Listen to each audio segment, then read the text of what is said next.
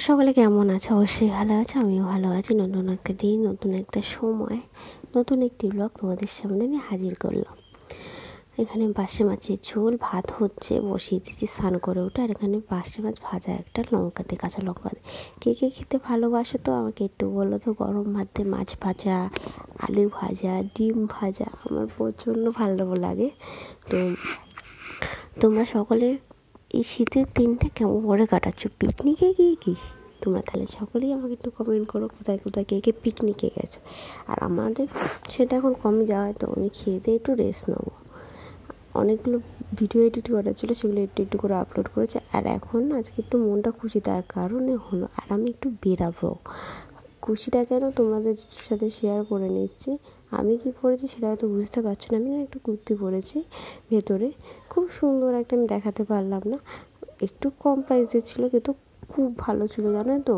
কম price বেশি প্রাইসের মধ্যে ম্যাটার করে না, জিনিসটা ভালো। এই যে দেখতে পাচ্ছি এর মধ্যে না আইফেল টাওয়ার, সরি, ক্লক টাওয়ারের পিকচার রয়েছে। আর খুব সুন্দর এটা দেখতে, খুব নরম। কিন্তু সবচেয়ে বড় কথা সেটা না, কিন্তু সেটা তো আমি আগেই কিনেছি, আগেই জানি। সবচেয়ে বড় কথা এটা না লুজ হচ্ছিলো, মানে টাইট ফিটিং, একদম ফিটিং ছিল, সেটা এখন লুজে। তার মানে আমি তাতে, সেটা তো স্বাভাবিক, সবাই বুঝতেই পারছে। আর আমি তাতে খুব খুশি আর খুব হ্যাপি।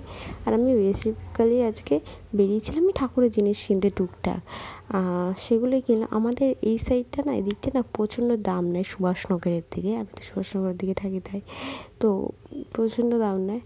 কিন্তু গোড়াবাজারের দিকে জানো তো সব কিছু পাওয়া যায়, ভালো জিনিস, কম, একটু কম দাম, কিন্তু খুব ভালো।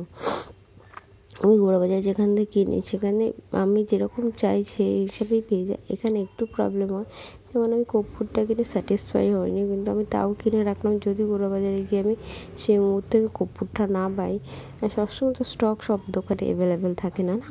আর এদিকে আমার হাত থেকে ফোনটা পুরো ফ্রিজ হয়ে গেছে রীতিমতন। তো আমি এটা আর কাট আউট করিনি, আমি এটাই নর্মাল চালিয়ে দিয়েছি।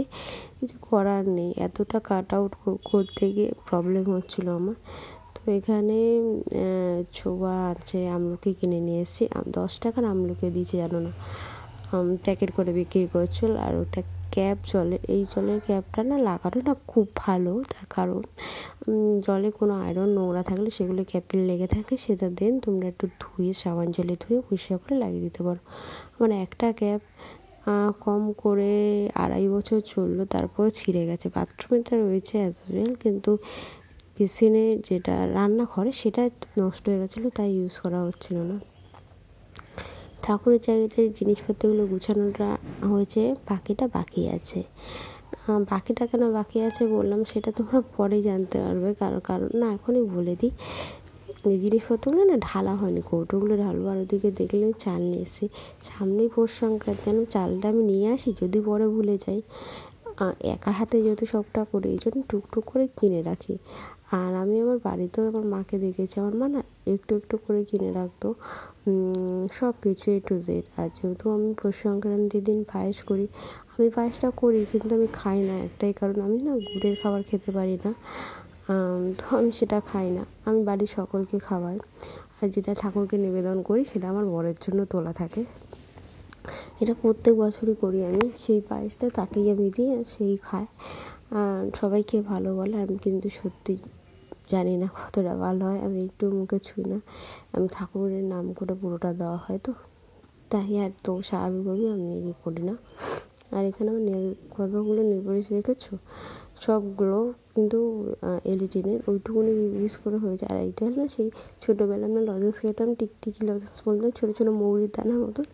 আমি বড়ো হয়ে সেই লজেন্স খেতে পারতাম না, কিন্তু ওই যে ওটা আমার কাছে রাখা আছে।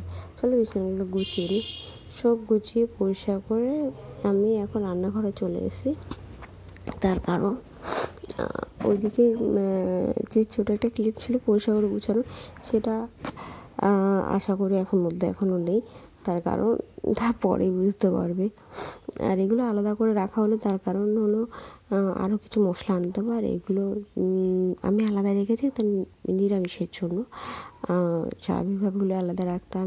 সেই সব গুছিয়ে পরিষ্কার করে রাখলাম। আর ক্লিপটা না উড়ে গেছে, তাই জন্য, তো ওই জন্য নেওয়া হয়নি।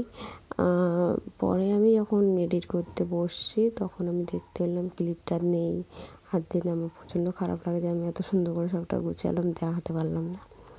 তো আমি যে ঠিক করেছি একটু চেঞ্জ করব। আর আমি জানি না তোমরা এই চেঞ্জটা দেখতে পাচ্ছ কি।